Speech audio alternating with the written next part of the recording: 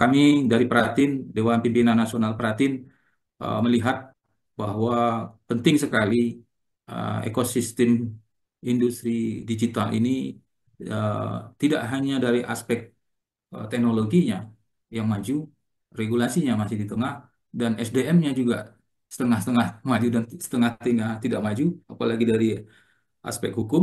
Dan ini menurut saya terjadi ketimpangan gitu. Nah, kami melihat ketimpangan ini adalah suatu kerugian nantinya buat negara ini. Sehingga Pratin melihat penting sekali kolaborasi siapapun itu di industri telekomunikasi maupun digital ini melihat kepentingan lebih luas yang pengguna dari industri digital ini adalah semakin berkembang. Semakin besar, sudah mendekati mungkin jumlah penduduk kita yang besar ini. Artinya, perkembangan industri digital ini pun nanti berefek bukan hanya di negara kita kemajuannya, tapi berefek juga ke negara ASEAN. Karena kita lah paling besar di negara ASEAN. Artinya, efek kerusakan Indonesia itu akan juga menimbulkan kerusakan di negara-negara lain, negara tetangga kita ASEAN. Sehingga fokus bisnis digital ke depan Indonesia adalah menjadi target utama untuk negara ASEAN untuk perkembangan industri digital. Jadi kemajuan industri digital, kemajuan dari sisi teknologi, kemajuan dari sisi manusianya, Indonesia jadi tolak ukur nanti untuk penerapan di negara-negara ASEAN.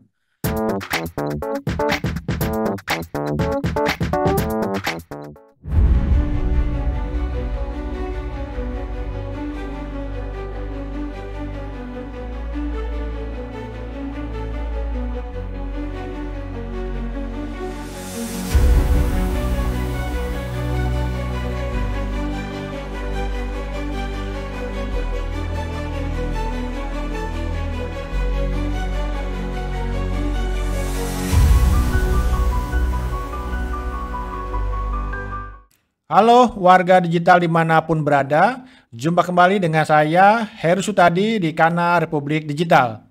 Di kanal ini kita akan banyak membahas mengenai perkembangan digitalisasi baik di Indonesia maupun di dunia internasional. Di sini kita akan banyak membahas tentang bagaimana perkembangan transformasi digital, keamanan data, keamanan siber, kemudian juga artificial intelligence, big data analytic, dan hal-hal lainnya yang terkait dengan digitalisasi dan juga digital lifestyle.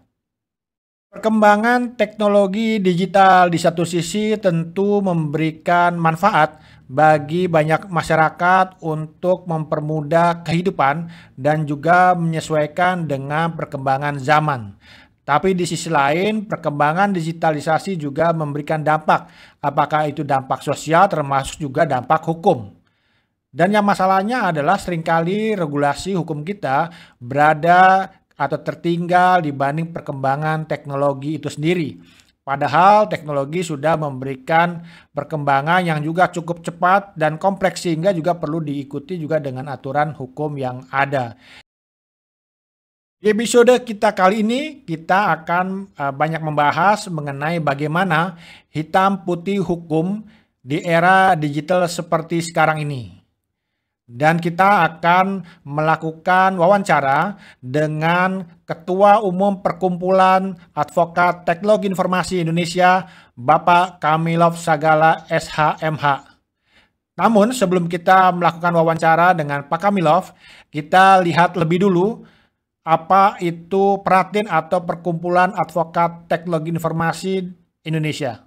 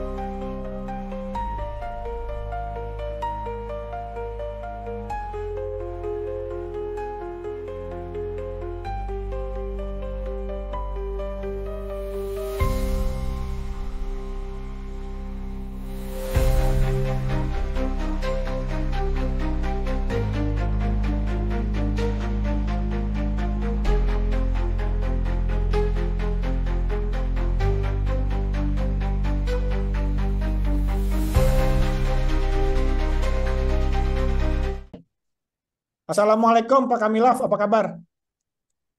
Waalaikumsalam warahmatullahi wabarakatuh, Pak Heru tadi. Ya, terima kasih Pak Kamilaf sudah berkenan meluangkan waktu untuk kita diskusi di channel Republik Digital. Kali ini kita akan bahas hitam putih hukum di era digital. Nah, sebagaimana kita ketahui tadi juga sudah kita ceritakan sedikit tentang Pratin.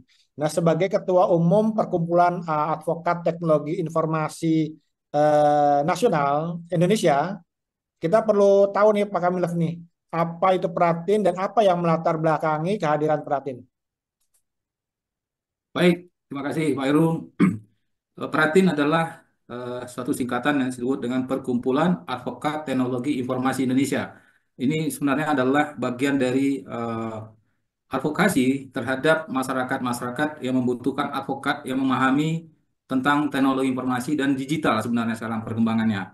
Jadi Pratin ini berdiri dengan satu latar belakang yang sangat awalnya kita melihatnya adalah miris karena banyak para advokat atau penegak hukum apapun itu dari pihak kepolisian, dari pihak kejaksaan dan hakim memahami tentang ICT atau industri ICT, apalagi ekosistemnya itu sangat sulit mereka memahaminya. Sehingga penting sekali ada sumber daya manusia dalam aspek penegakan hukum khususnya advokat yang dinaungi oleh Pratin nanti mempunyai kemampuan kapasitas tentang pengetahuan tentang teknologi informasi dan digital yang saat ini semakin berkembang cepat. Jadi Pratin itu berdiri dengan inisiasi-inisiasi dengan perkembangan-perkembangan yang ada saat itu yaitu banyaknya kasus-kasus yang muncul di bidang telekomunikasi Indonesia saat itu dan berkembang terus sampai saat ini, tapi para penegak hukum masih jauh pemahaman yang terhadap ICT, khususnya ekosistem ICT. Sehingga banyak kawan-kawan kita dalam industri telekomunikasi atau digital saat ini itu banyak dirugikan dalam aspek pembelaan hukumnya di pengadilan khususnya. Begitu juga masyarakat. Banyak masyarakat saat ini uh, sepertinya dizolimi dengan kondisi-kondisi kemajuan digital. Terkait dengan sekarang adalah pinjaman online misalnya, atau juga judi online dan segala macam yang berbentuk digital yang terjadi saat ini, itu sangat-sangat merugikan masyarakat dalam pembelaan apabila muncul kasus di masyarakat. Dan begitu juga pemahaman-pemahaman terkait hukum yang memang masih jauh bisa memayungi masyarakat kita. Begitu juga para pelaku industri. Mereka saat ini berdiam diri karena regulasi yang dibuat oleh pemerintah itu masih tidak beriringan dengan kemajuan-kemajuan teknologi yang ada. Sehingga banyak yang dalam tanda kutip itu dikriminalisasi oleh regulasinya sendiri. Nah, Pratin ini penting berdiri saat ini. Kenapa? Karena industrinya berjalan cepat, tapi regulasinya masih berjalan lambat. Itu salah satu aspek kenapa Pratin harus berdiri. Jadi tujuannya apa Pak Kamilaf? Kemudian juga apa saja yang dilakukan selama ini oleh Pratin? Tujuan kita adalah pembentukan sumber daya manusia yang memahami baik itu aspek hukum, ekosistemnya industri ICT dan digital, sehingga nanti kalau ada kasus-kasus yang terkait dengan kriminalisasi, apakah itu bentuknya pidana, perdata, dan tun, itu para advokat atau penegak hukum bisa menjalankannya dengan baik dan pembelaan itu mendapatkan pembelaan yang berimbang atau equal. Walaupun ada kesalahan, tapi tetap pembelaan itu dapat dibantu dengan kepemahaman para advokat hukum atau siapapun penegak hukumnya kelak itu tidak memberatkan masyarakat, tidak memberatkan hal-hal yang lain, khususnya masalah kemajuan digital yang tidak bisa dihambat saat ini. Nah, kami memperhatikan bahwa sumber daya manusia ini menjadi kunci atau kata kunci untuk melakukan advokasi dalam kemajuan teknologi saat ini. Sehingga kasus-kasus yang muncul saat ini itu bisa sedikit banyaknya bisa terbantu. Dan itu sudah kita lakukan misalnya pembelaan-pembelaan yang bersifat non-advokasi. Artinya kita melakukan mediasi terkait dengan misalnya yang terjadi adalah pinjaman online, penipuan online, dan begitu juga terkait dengan yang baru saat ini terjadi adalah kebocoran data. Yang kita bisa melakukan upaya-upaya yang sifatnya masih preventif, tapi belum melakukan action untuk pembelaan ke penegak hukum. Tapi sudah ada yang kita lakukan yaitu membela masyarakat dalam artian di sini masyarakat tidak mampu yang dirugikan oleh pinjaman online. Ya, kalau kita baca tentang Pratin ya, ini kan sudah banyak juga dilakukan PKPA ya. Kemudian juga telah banyak juga dihasilkan advokat. Bisa diceritakan Pak Kamilov, PKPA-nya sudah berapa batch, itu berapa term, kemudian juga berapa advokat yang memiliki kemampuan teknologi informasi yang sudah dihasilkan oleh Pratin. Baik, terima kasih. Syukur Alhamdulillah dengan waktu yang setahun ini, Pratin telah melakukan suatu pendidikan profesi, khusus profesi hukum atau profesi advokat, yang profesi eh, advokat dalam ICT ini adalah sangat spesial. Nah, itu disebut PKPA Pratin, pendidikan khusus profesi advokat, dan ujian profesi advokat yang telah dijalankan itu 3 kali, sudah masuk ke yang ketiga kali dan nanti Desember yang keempat kali.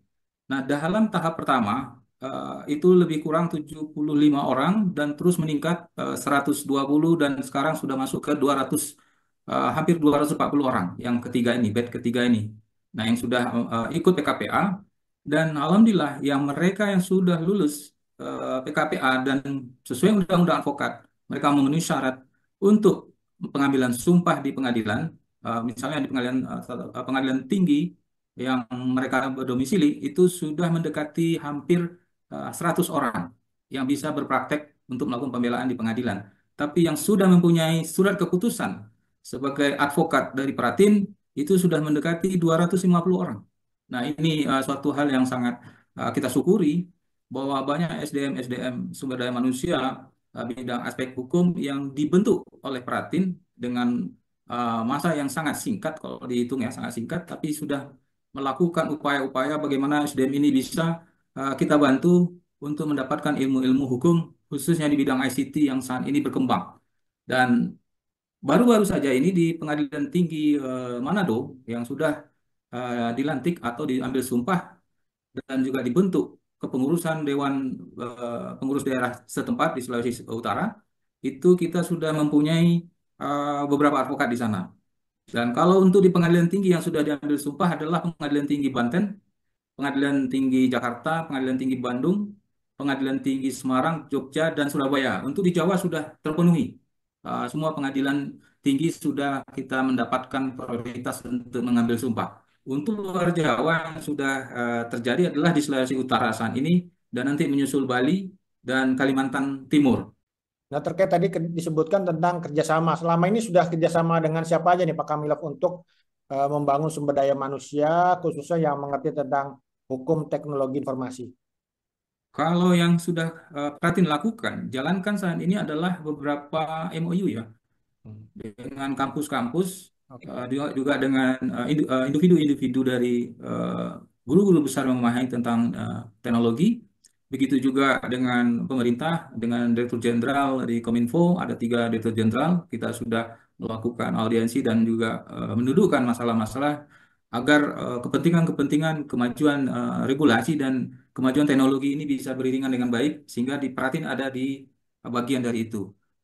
Dengan dengan asosiasi pun sudah melakukan upaya-upaya dengan Mastel dan beberapa asosiasi yang berkembang saat ini, dan merupakan mereka membutuhkan, bukannya eh, membutuhkan dalam aspek regulasi, tapi sudah membutuhkan bagaimana action, karena kejadian-kejadian ini sudah berkembang.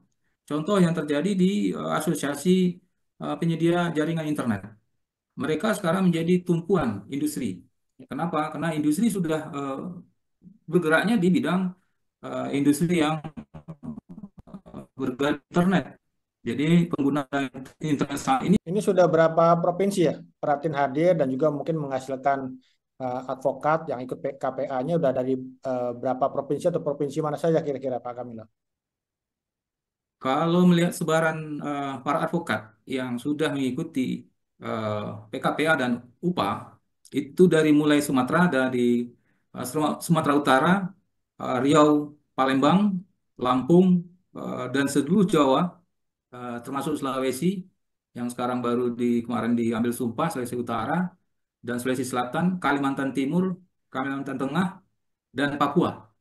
Dan menyusul nanti ada tuh dari Maluku Utara, tapi yang sudah tuh Papua.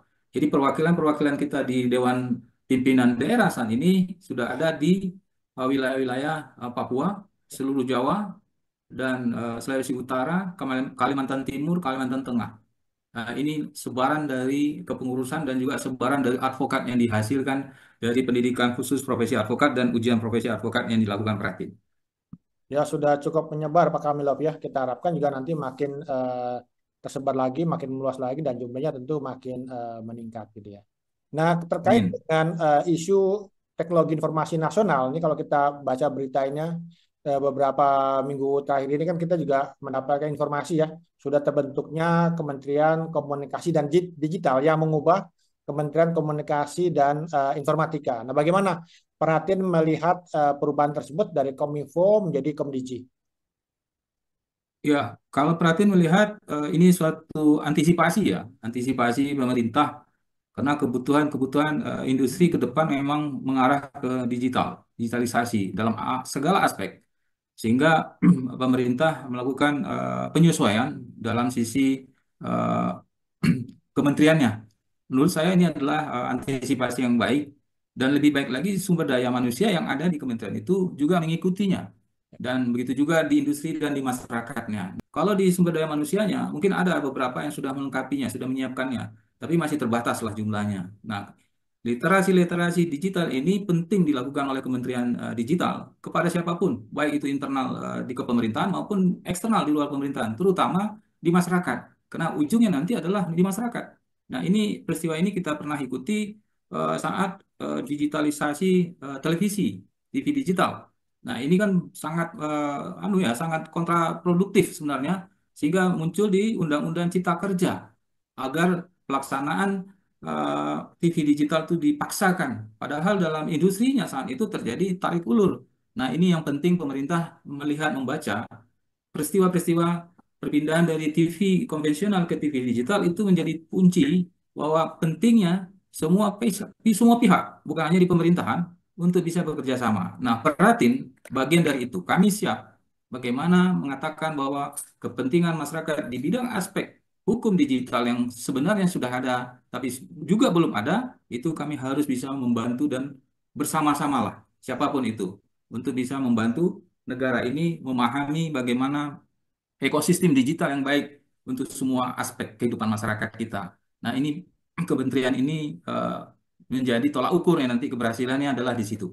Ada Starlink dan nanti muncul yang baru dari ARC atau Cina, sehingga ini menambah ekosistem industri di bidang layanan internet ini menjadi dalam dalam pemikiran kami akan menjadi semrawut. Kenapa? Karena regulasinya belum bisa dijalankan dengan baik, ditambah dengan kasus-kasus yang muncul saat ini banyak pelaku-pelaku non menggunakan regulasi, tidak menggunakan regulasi, tapi bisa melakukan usaha.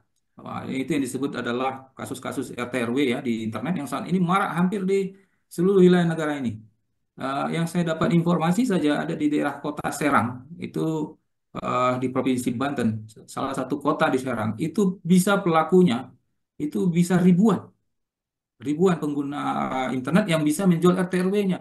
Nah, ini bagaimana menata yang di satu kota kecil saja di Serang, belum lagi di kota-kota lain, kota-kota di Jawa ini, yang mungkin bukan hanya ribuan, mungkin dah juta jumlahnya gitu. Nah, ini bagaimana menatanya? Nah, kawan-kawan di ABJI ini menjadi suatu kerja berat, apalagi di Menkominfo yang terbatas tenaga SDM penegakan hukumnya.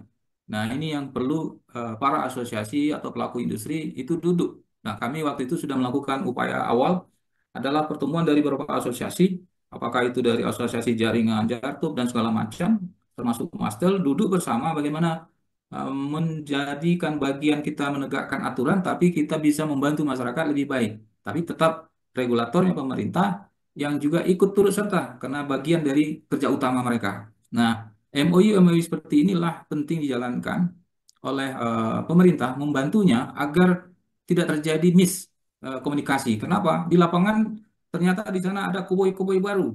Apakah itu dari penegak hukum, polisi, dan individu ya, atau bisa dikatakan bukan aparat, tapi di sini adalah kelompok pribadi mereka itu membackup para pelaku-pelaku UKM kecil yang disebut RT/RW tadi. Nah, ini duduk masalah ini semakin bertambah ruwet apabila tidak didudukan regulasi yang tepat kepada mereka. Mereka taunya adalah bagaimana mereka bisa mendapatkan akses, tapi murah gitu, sangat murah. Nah, tapi jaminan keamanan terhadap mereka, apakah itu layanan itu baik dan buruknya, kalau ada masalah dan tidak ada masalahnya, itu tidak ada jaminan. Sehingga bisa dikhawatirkan nanti masyarakat akan tambah masalah gitu, atau kecewa gitu ya dalam pelayanan terhadap industri yang jaringan ini belum ada jaminannya, karena mereka gelap. Nah, ini yang penting kita dudukkan lagi. Nah, MOU yang dijalankan nanti adalah selain perhatian dengan asosiasi, perhatian dengan pemerintah, perhatian dengan eh, katakan di sini adalah dari kampus, dari kawan-kawan kita dari university, untuk bisa mendapatkan gambaran yang lebih luas. Ternyata juga pelaku-pelaku RT RW ini pun bukan hanya dari masyarakat kecil menengah ke bawah, tapi juga dari kalangan mahasiswa Hmm. yang mendapatkan pekerjaan baru di kampungnya, di desanya, atau di daerahnya sendiri. Sehingga ini menjadi tambah lebih baik, artinya Pratin ada di situ sehingga kita bisa mendudukkan bersama kasus ini menjadi tidak masalah menjadi besar, tapi bisa menjadi masalah yang menjadikan mereka mendapatkan solusi yang terbaik. Nah, MOU ini nanti kita akan gerakkan lagi ke level-level yang lebih rendah. Apakah itu nanti di level penegak hukum di Kapolda misalnya, di pemerintahan daerah. Nah, ini penting sekali agar industri yang sudah mulai carut marut di industri ini, tapi bisa ditata lebih baik lagi. Itu yang bisa kami upayakan dan kami jalankan saat ini oleh Dewan Pimpinan Nasional Karatin. Nah, kalau dalam pandangan Pratin, kira-kira apa nih prioritas apa yang mungkin perlu kita perhatikan ke depan terkait dengan perkembangan teknologi informasi yang juga tadi dikatakan kian kompleks, tantangannya juga makin berat. Pertama, prioritas yang penting dijalankan oleh Pratin selain memperbanyak sumber daya manusia hukum yang memahami ekosistem ICT dan digital, juga melakukan upaya-upaya kerjasama ya dengan para stakeholder, apakah itu operator, apakah itu asosiasi, begitu juga dengan individu-individu yang memahami industri ini. Kemarin kami sempat dihubungi oleh suatu NGO yang mereka eh, bergerak di bidang industri ini, tapi di bidang digital juga NGO itu, tapi memberi perlindungan kepada anak dan perempuan.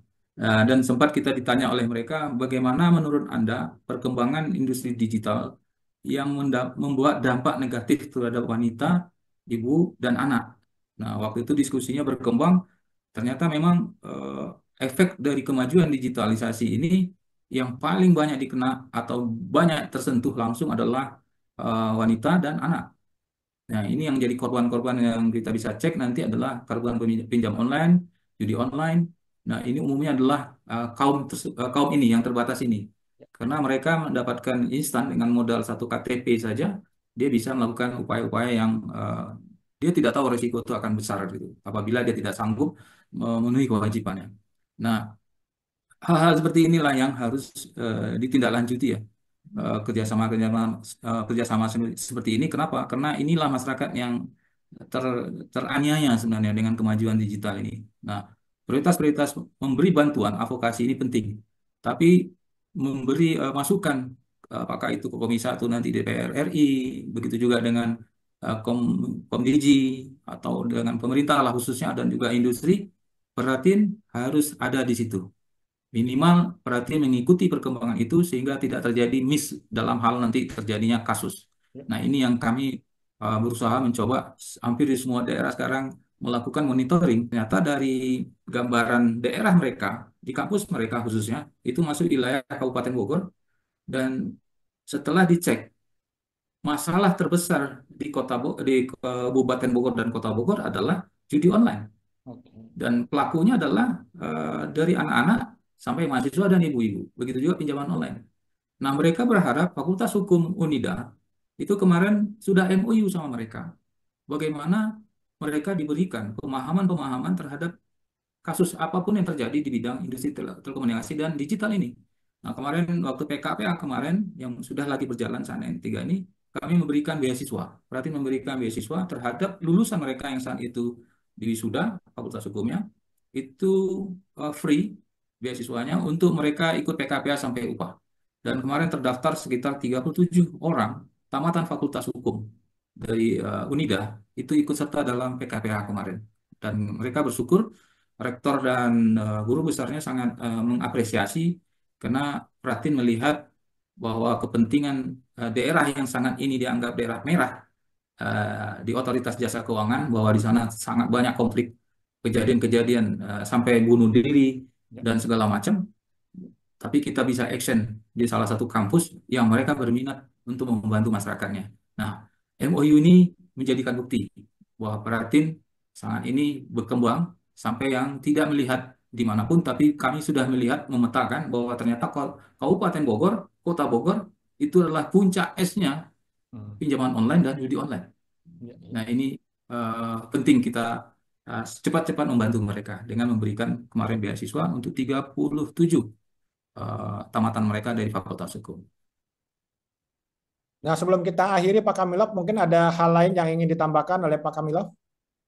Baik, terima kasih Pak Heru.